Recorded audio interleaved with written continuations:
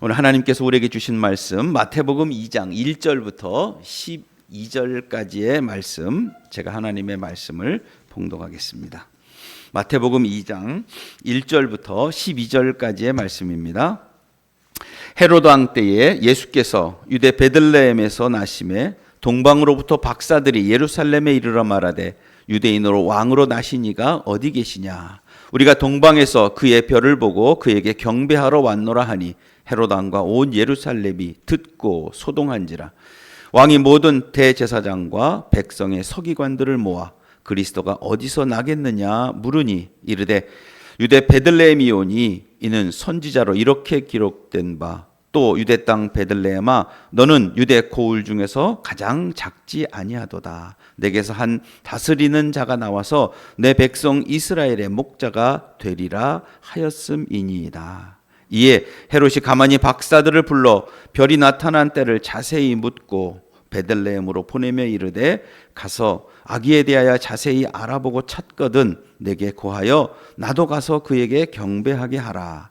박사들이 왕의 말을 듣고 갈새 동방에서 보던 그 별이 문득 앞서 인도하여 가다가 아기 있는 곳 위에 머물러 서 있는지라. 그들이 별을 보고 매우 크게 기뻐하더라. 집에 들어가 아기와 그의 어머니 마리아가 함께 있는 것을 보고 엎드려 아기께 경배하고 보배합을 열어 황금과 유향과 몰약을 예물로 드리니라. 그들은 꿈에 헤롯에게로 돌아가지 말라 지시하심을 받아 다른 길로 고국에 돌아가니라. 아멘. 여러분, 제가 질문을 할 텐데 그 말이 맞다 생각되면 우리가 입술을 열어서 아멘 하고 한번 고백해 보도록 하겠습니다. 여러분, 하나님을 사랑하시나요? 네. 도시숲 교회를 사랑하세요? 네. 하나님이 나를 사랑하신다는 것을 믿으시나요? 네. 그리고 우리가 그 믿음으로 천국에 간다는 확신을 가지고 계세요? 네. 아멘? 네. 예. 하나님을 사랑한다고 아멘. 교회를 사랑한다고 아멘. 하나님이 나를 사랑한다고 믿고 아멘 하고 우리가 고백합니다. 그렇다면 사랑한다는 것이 뭘까요? 사랑한다는 것이 그러면 어떻게 사는 걸까요? 하나님이 나를 사랑한다고 하시는데 그 사랑을 내가 믿는다고 하는데 그 믿음으로 내가 천국을 간다고 하는데 그렇다면 그렇게 믿음으로 산다는 것은 도대체 어떻게 사는 것일까요?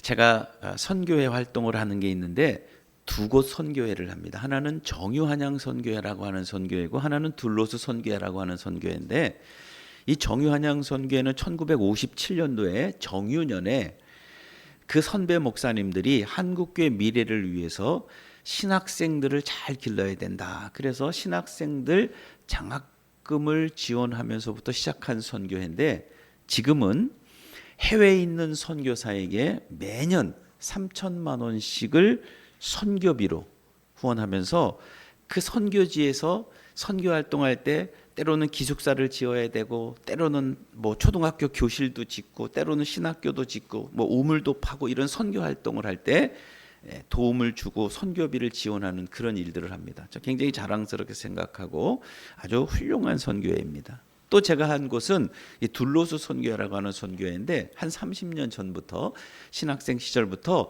함께 하던 동역자들과 함께 그 사모님들도 가족처럼 지내는 그래서 서로 공부도 하고 정보도 교류하고 이렇게 선교 활동을 하면서 서로 위로하고 격려하는 그런 선교회입니다.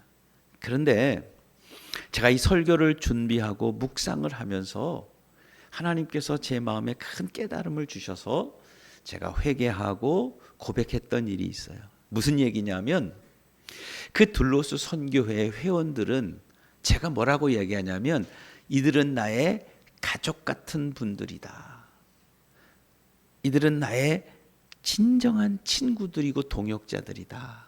나는 그들을 사랑합니다 라고 이렇게 늘 사람들에게 소개하고 살았는데, 설교를 준비하면서 깨달은 것이 나는 그분들을 정말 사랑하는 것이 아니었구나 하는 것을 깨닫고 하나님 앞에 회개하고, 그리고 지난 주중에 그분들을 만나서 제가 고백했어요.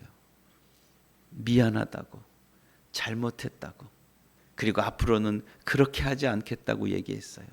무슨 이야기냐? 나는 그들을 사랑한다고 얘기하고 가족같이 친구처럼 여긴다고 생각을 했는데, 실제로 나는 내가 이렇게 했는데 왜 그들은 그렇게 하지 않을까? 내가 이 정도 하면 그 사람들은 이 정도 해야 되는 거 아니야? 하던 생각을 갖게 된 것을 부끄럽게 생각하고 회개했다고 하는 거예요. 자, 여러분, 처음에 제가 여러분에게 던졌던 질문으로 다시 돌아가 볼게요. 사랑한다는 것이 뭘까요? 믿음으로 산다는 것이 뭘까요? 여러분, 자녀를 사랑하시죠? 그러면 자녀를 위해서 여러분은 어떻게 삽니까? 내가 먹고 싶은 것이 있어도 그 먹을 건 먹지 않고 아꼈다가 그 자녀를 위해서 아낌없이 주는 것이, 그것이 자녀를 사랑하는 부모의 마음입니다. 우리 할머니들, 손자, 손녀들 사랑하는 그 자녀들을, 손녀들을 위해서, 손주들을 위해서 내가 용돈 아꼈다가 나를 위해서 쓸 것을 쓰지 않고 그 손주들을 위해서 아낌없이 쓰는 것. 그들이 무엇을 어떻게 해서가 아니라 그냥 그들을 위해서 내가 그것을 사용해도 써도 수고해도 아깝지 않고 후회가 되지 않는 그런 관계를 사는 것. 여러분, 사랑이라고 하는 것은 그런 것이 사랑이죠. 믿음으로 산다고 하는 것은 하나님을 향한 나의 그 사랑을 가지고 내가 주님을 위해서 무엇을 해도 수고해도 아깝지 않고 시간을 들여도 물질을 들여도 후회되지 않는 삶을 사는 것이 하나님을 사랑하는 믿음의 삶을 사는 것이다, 그런 겁니다. 저희는 이제 애가 셋인데요, 한 10여 년 전에 어릴 때, 우리 아이들이 어릴 때 이 아이들을 데리고 이제 야외에 나갈 때가 있습니다. 그러면 하루 종일 애들을 데리고 여기저기 이제 구경을 시켜주고, 그리고 이제 저녁을 먹고, 그리고 집에 돌아오면서 이제 간단하게 장을 봐서 집으로 돌아오는데요. 여러분, 아이들은요 하루 종일 놀면 꼭 돌아오는 길에 차에서 어떻게 해요? 다 자요. 그게 저는 혼자 운전하는 거예요. 그러면 얼마나 피곤하겠어요. 그리고 이제 집에 도착하면 자는 아이들을 깨워서 집으로 가야 되는데, 그때 제가 있을 때 사택이 교육관에 5층에 사택이 있어요. 그런데 그 사택은 엘리베이터가 없어요. 그래서 거길 걸어가야 되는 거예요. 근데 위에는 남자아이, 막내가 여자아이인데, 이 위에 있는 남자아이는 얘들아 자 일어나, 집에 왔다, 올라가자 해서 깨워서 이제 걸어서 올라가는데, 그 아이들도 어리니까 그냥 막 눈 그냥 비비면서 막 힘들다고 못 올라가겠다고 하는데 어떡 하겠어요? 야, 그래도 가자 하고 이제 가는데, 문제는 막내예요. 여자아이인데 자기는 그냥 주저앉는 거예요. 못 가겠다는 거예요. 그러고는 어떡 하겠어요? 못 가겠다는데. 그러면 제가 이제 저도 하루 종일 아이들하고 놀아주고 운전하고 피곤한데 그 아이를 이제 등에다 엎는 거예요. 그리고 이제 또 야외 나갔을 때 가져갔던 짐도 있죠. 또 간단하게 봤던 장도 있잖아요. 그 한쪽 손에는 짐을 들고 이제 왼쪽 손에는 이제 샤론이를 등에다 엎어매고, 그리고는 자꾸 흘러내려가니까 샤론아, 아빠 목 꼭 잡아. 그러면 이제 자면서도 목을 꼭 잡는 거예요. 그리고는 5층까지 계단을 올라가는데, 그 올라가면서 제가 그러는 거죠. 샤론아, 아빠는 샤론이를 등에 업고 갈 때가 제일 기쁘다. 그러면서 그 계단을 올라가는 거예요. 여러분, 그게 사랑이죠. 그 수고를 해도, 그 애씀이 있어도 아깝지 않고 후회되지 않는 것, 그것이 사랑입니다. 자, 그러면 우리가 사랑이라는 것을 한번 이렇게 정의해 볼 수 있을 것 같아요. 내가 손해보는 삶을 살아도 얼마나 기쁨으로 감당할 수 있느냐. 이것이 사랑입니다. 여러분, 가족을 사랑하시죠? 남편, 아내를 사랑하시죠? 여러분, 교회를 사랑하시죠? 그 사랑은 그가 어떻게 해서가 아니고, 그가 나에게 얼마나 도움이 돼서가 아니고, 정말 내가 그를 사랑한다고 하는 것은 그거와 관계없이 그를 위해서 내가 기쁨으로 나의 것을 양보할 수 있는 것, 그를 위해서 수고해도 내가 아깝지 않고 후회되지 않는 것, 그것이 사랑입니다. 오늘 우리를 위해서 하늘 보좌를 버리고 우리 가운데 오신 그 주님은 우리를 사랑하시는 주님이셨어요. 그래서 우리를 위해서 그 모든 것들을 내어주셔도 아깝지 않고 후회하지 않는 우리를 사랑하시는 주님이었어요. 사랑하는 성도 여러분, 엄마가 자식을 사랑해서 손해보지만 내어주지만 기쁨으로 그 일을 감당하듯, 우리를 위해서 우리를 사랑하셔서 우리 가운데 오신 그 주님을 우리가 사랑하는 마음으로 기쁨으로 주님을 위해서 나의 것을 드릴 수 있는 마음을, 시간을, 열정을, 그리고 사랑을 드릴 수 있는 오늘 저와 여러분이 되시기를 축복합니다.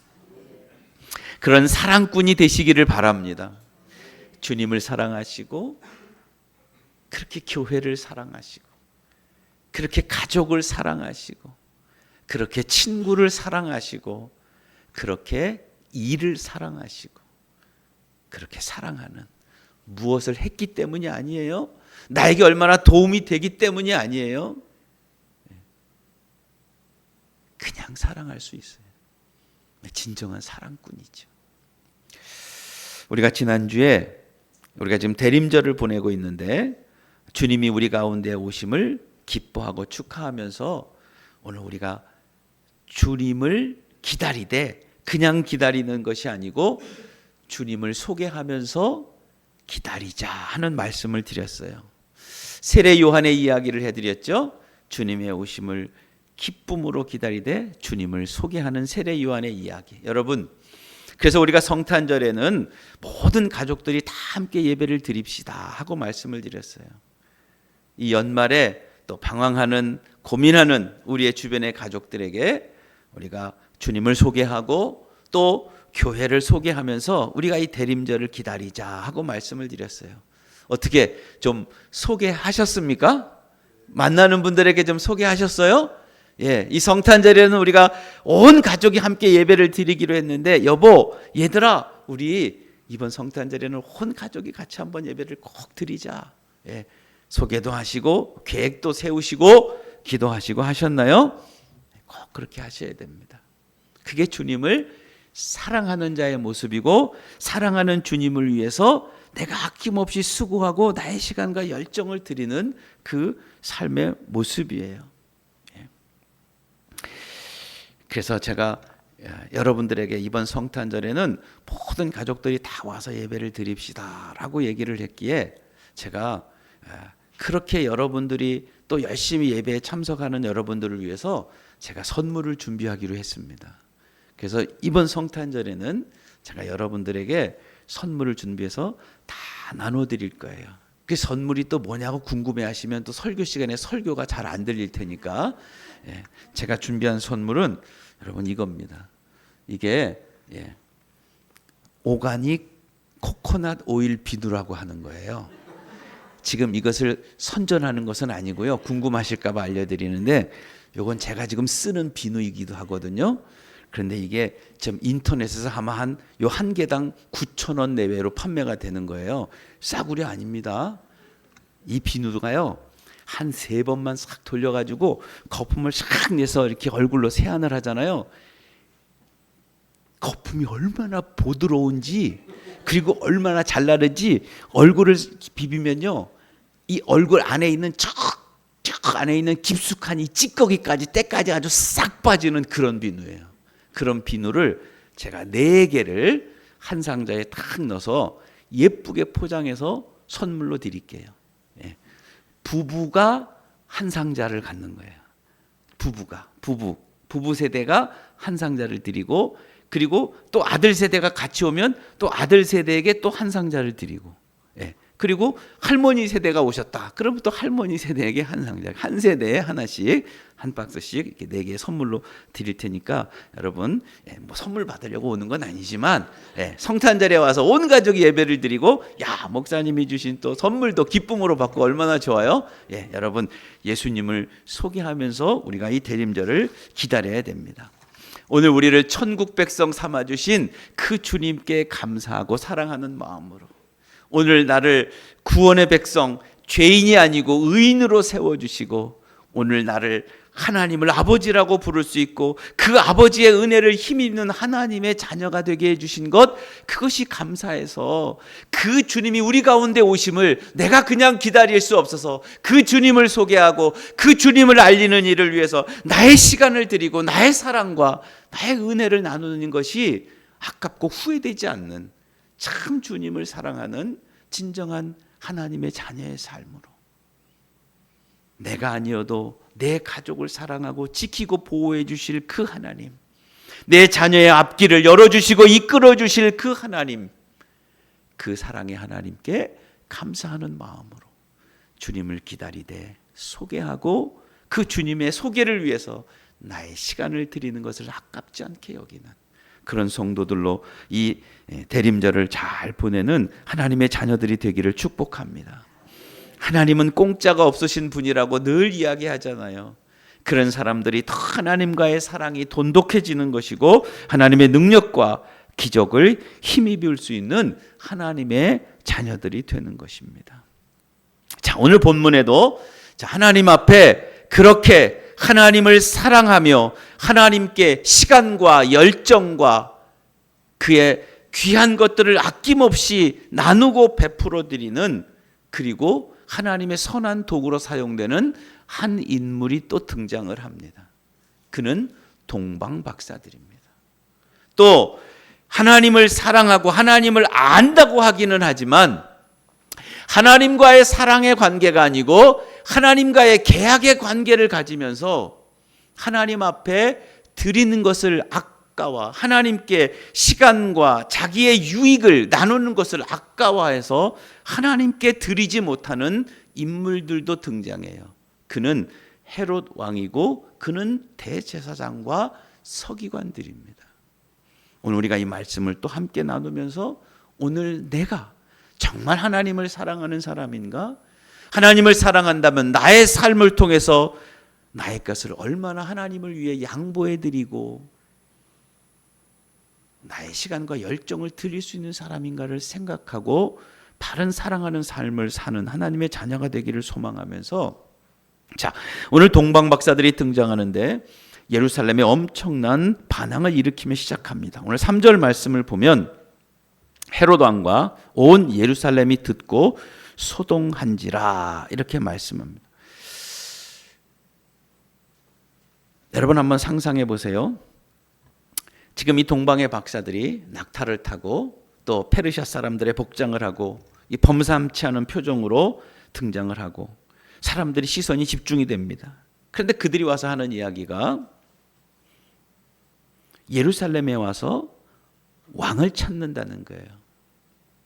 여러분, 당시의 왕은 헤롯 왕인데 헤롯 왕은 아주 교활하고 그리고 잔혹한 왕입니다. 그 왕권을 지키기 위해서 아내를 죽이고 자녀를 죽이는 그런 사람이에요.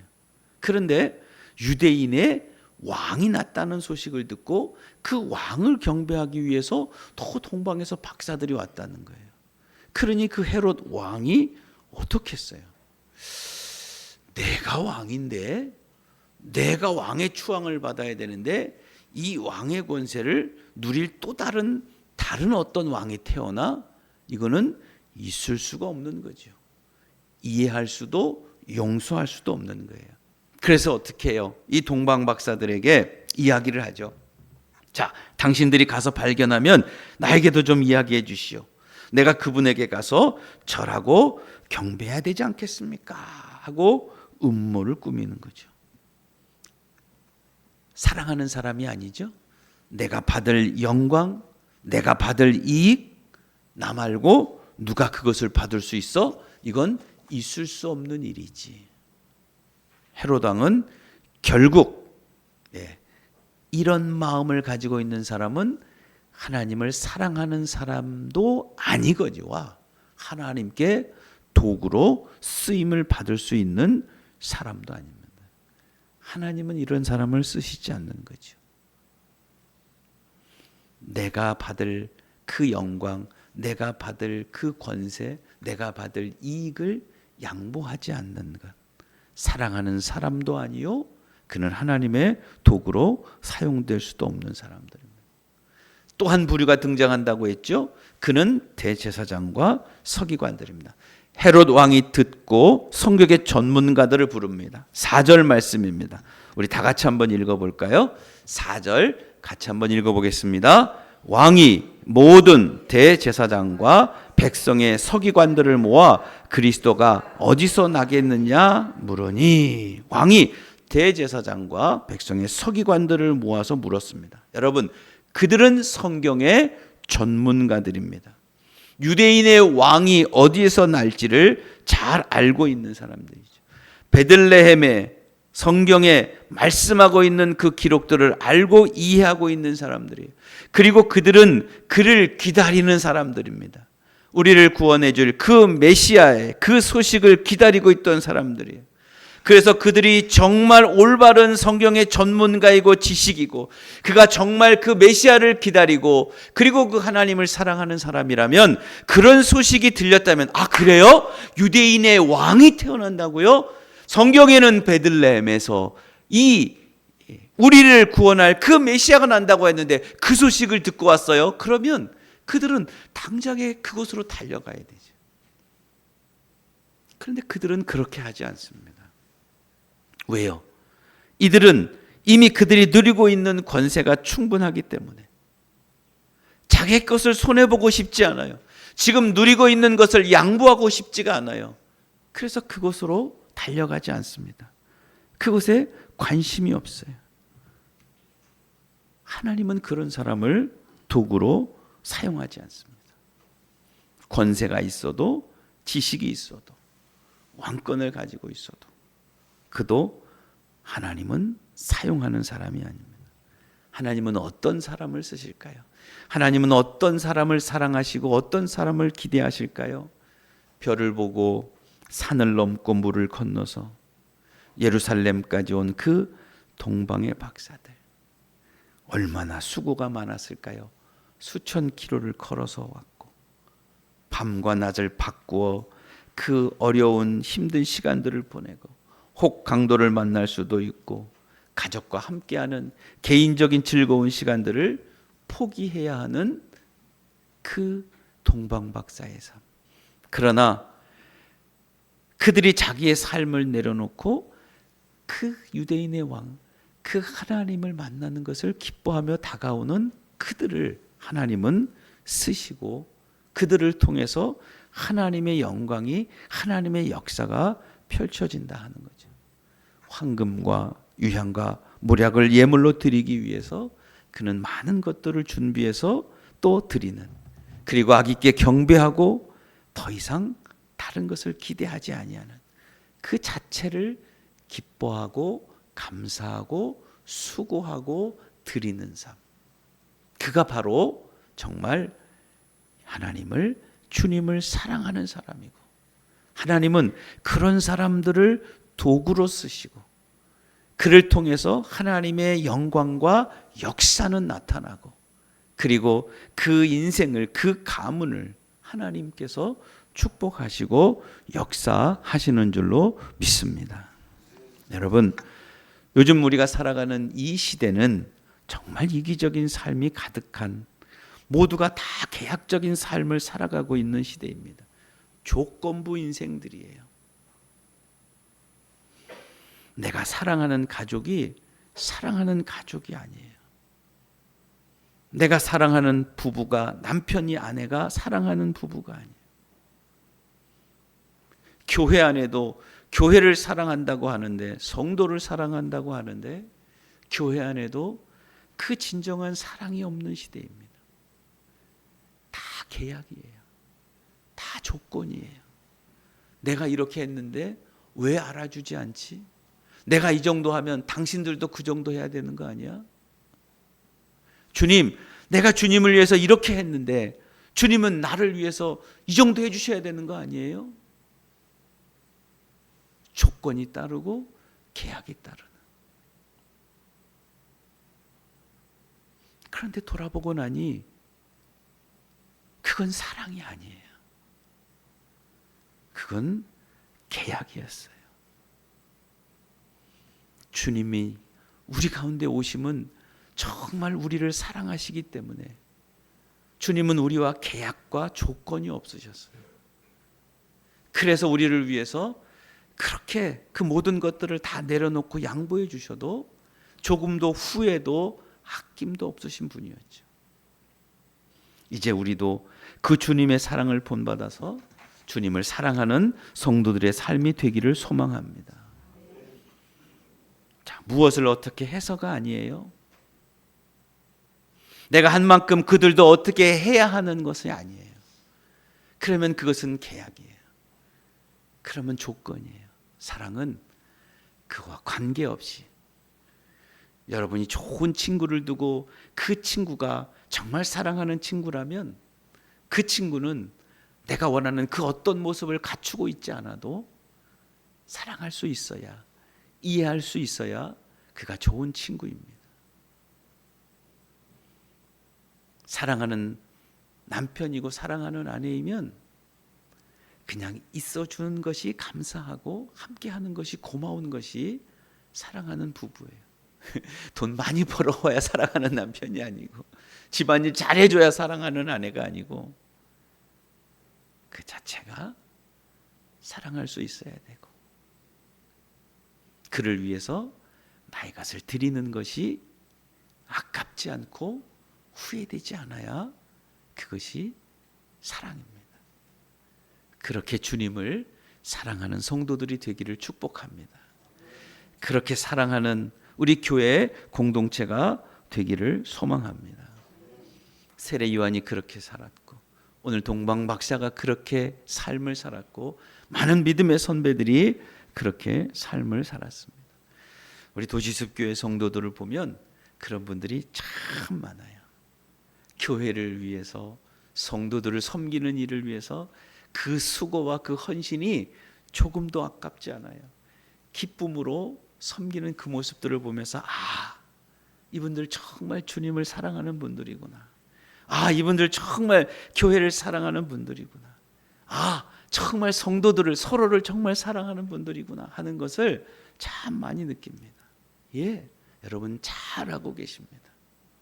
그 마음이 변치 않고 그렇게 끝까지 주님을 사랑하고 교회를 사랑하고 내 가족을 그렇게 사랑하고 내 이웃을 그렇게 사랑하는 우리가 그런 삶을 살 때 가장 기뻐하실 분은 우리 주님이시고 또 그 삶이 가장 행복하게 만드는 것이 바로 나의 삶이고 우리의 삶입니다.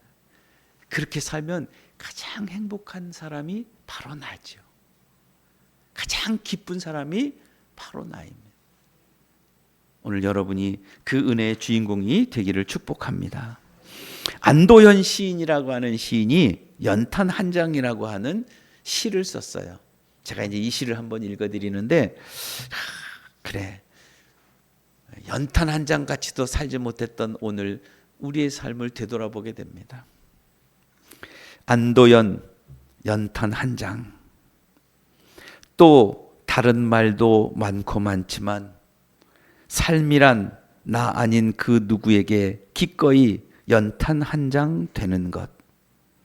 방구들 선들선들해지는 날부터 이듬해 봄까지 조선 팔도 거리에서 제일 아름다운 것은 연탄차가 부릉부릉 힘쓰며 언덕길을 오르는 거라네. 해야 할 일이 무엇인가를 알고 있다는 듯이 연탄은 일단 제 몸에 불이 옮겨 붙었다 하면 하염없이 뜨거워지는 것. 매일 따스한 밥과 국물 퍼먹으면서도 몰랐네. 온 몸으로 사랑하고 나면 한 덩이 채로 쓸쓸하게 남는 게 두려워 여태껏 나는 그 누구에게 연탄 한 장도 되지 못하였네. 생각하면 삶이란 나를 산산이 으깨는 일, 눈 내려 세상이 미끄러운 어느 이른 아침에 나 아닌 그 누가 마음 놓고 걸어갈 그 길을 만들 줄도 몰랐었네. 나는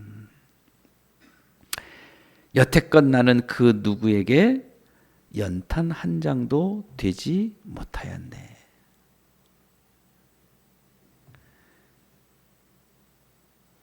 오늘 우리들의 삶을 되돌아보면 우리는 너무 이기적인, 너무 계약적인 삶을 살아 다른 사람들을 위해서, 누군가를 위해서 정말 연탄 한 장도 되지 못하는 삶을 산 것은 아닌가. 주님은 우리에게 그의 모든 것을 드리기 위해서 우리 가운데 오셨는데 우리는 그 주님을 사랑하고 그 주님을 따라 산다고는 이야기하는데 연탄 한 장도 되지 못한 인생을 산 것은 아닌가 하는 생각을 해보게 됩니다.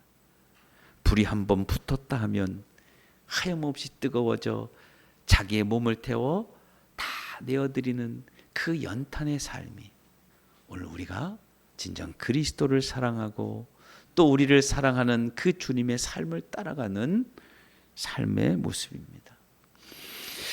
연탄 한 장만 못하였다는 거예요. 안도연의 이 시. 그리고 나온 또 하나의 짧은 시가 있습니다. 연탄재 함부로 발로 차지 마라. 너는 누구에게 한 번이라도 뜨겁게 사랑해 본 적이 있느냐 하는 그 짧은 시가 이어져서 나옵니다. 도구됨이라고 하는 것, 사랑을 산다고 하는 것은 이겁니다. 누가 무엇을 어떻게 해서가 아니고 내가 한 것을 다른 사람들이 어떻게 대꾸를 해줘서가 아니고 그거와 관계없이 오늘도 나의 것을, 나의 수고를, 나의 열정을, 나의 사랑을 아낌없이 드릴 수 있는 것, 그리고 후회하지 않는 것, 양보할 수 있는 것, 그것이 오늘 우리가 사랑하는 삶이요 사랑꾼의 모습입니다. 주님이 그렇게 사셨듯 오늘 우리도 그 삶을 본받아 그런 삶을 사는 하나님의 자녀들이 되기를 축복합니다. 기도하겠습니다. 하나님 아버지 감사합니다. 우리를 위해서 하늘 보좌를 버리고 우리 가운데 오셔서 자신을 내어주시는 그 주님의 오심을, 그 성탄을 기다리는 이 대림절에 우리는 주님을 사랑한다고 고백하며 정말 그 사랑이 무엇인지를 다시 한번 생각하고 또 그 주님을 사랑하는 삶을 살기를 도전하게 해주셔서 주님 감사합니다.